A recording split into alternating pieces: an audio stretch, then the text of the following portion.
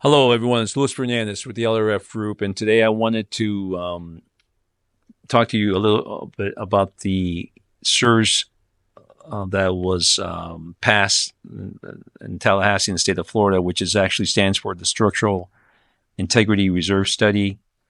This was a law that was passed back in 2022 because of the incidents of the Surfside, the Champlain Towers that collapse. It was a condo building by the water that for decades wasn't well maintained. It wasn't upkept by the association. And then eventually, unfortunately, one horrible evening, the building fell upon itself and more than 100 people, residents, died. And so because of it, the state of Florida decided to pass this law, which basically dictates that by December 31st of 2024, all the condo buildings that are 3 stories or higher have to have this structural integrity reserve study completed, and then at the same token have the finances and money on hand to be able to make any necessary repairs that they've discovered. And by the way, all the buildings now, the condo buildings in the state have to also have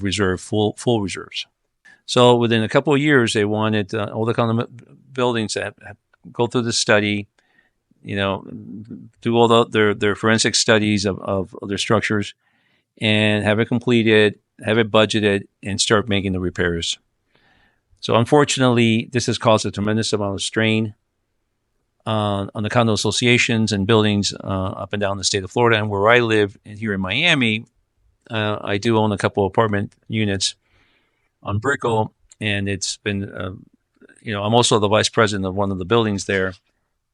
And we're battling, the maintenance fees, one special assessment after another, to be able to come up with the funds necessary.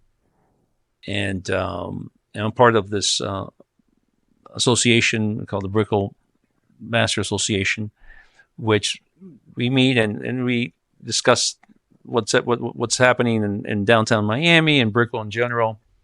And of course, we get our commissioners and mayors to come and speak and tell us what their plans are and what have you. And one of the state representatives of Florida here in Miami, her name is Vicky Lopez. She was one of the co-signers to this bill that passed, and she's a proponent of it. And she believes that that all these buildings need to comply and they need to comply by yesterday. And unfortunately, this has caused a major strain on the real estate market, especially with the condo market here in Miami and here in South Florida. Florida in general has always had 3 main lines of revenue, which one has been healthcare, tourism, and real estate. And right now here in Miami, and for example, Miami-Dade County, the median price range for a single-family home is $864,000. However, for a condominium, for a condo unit, the median price range is around $469,000. So there's affordability issue here. If more likelihood, if you want to be an owner of a property, you're more likely to be able to afford a condo unit as opposed to a single family home. However, because of this law, it's made it much more difficult because banks are hesitant to loan on in buildings that are in the middle of doing these structurals and these changes and what have you, and then having these high maintenance and debt ratio issues. That they're looking at the financial books of these buildings. And so if you want to finance a purchase on these units, you're going to have to come in at least with 35% down for in most instances. And so there's a problem here then being in terms of affording these buildings, these units, and also as a seller trying to sell it, of course, your property value is being diminished, is being hampered. Then on top of this, you've got the high insurance that we've always suffered here in the state of Florida due to the weather and hurricane and what have you, along with property taxes. So our property taxes are quite high. So it's basically a perfect storm scenario going on here. So the intention was good because they wanted to avoid this tragedy from happening again. However, it's almost like a blanket paintbrush here on the canvas that they're trying to put all these condo buildings in the same box here in the same scenario, and of course that's not fair, and it's causing a lot of financial problems. not only with the association, but of course with the residents. And so you have many residents that are fixed income. They can't afford the higher fees, the maintenance and special assessments, and many of them are forced to sell.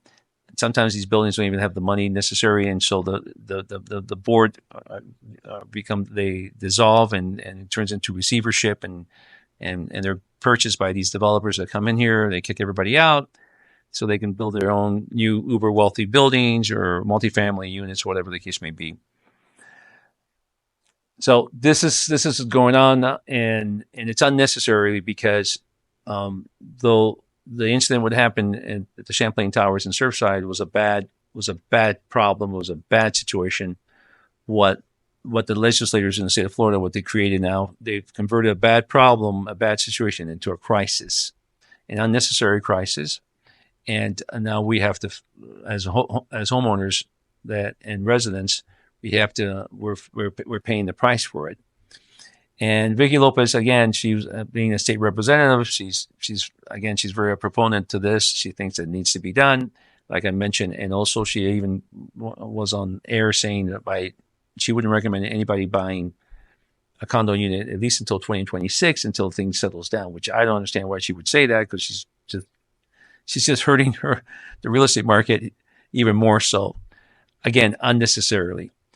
So I think that one way to mitigate this, because it's a man-made crisis, in my opinion, that these legislators should go back and allocate more time for these associations to be able to catch up with the reserves for the financings, to get the financing that they need with lenders, etc., and so they can comply. Because even if you could comply or you wanted to comply, there isn't enough engineers, there isn't enough surveyors or inspectors to be able to conduct the study within the time frame allocated.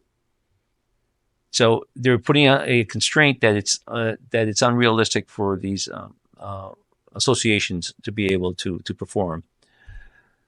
So I wanted to just air my grievances about this issue and see what comments you have, and tell me if I'm right, tell me if I'm wrong, or somewhere we're in the middle.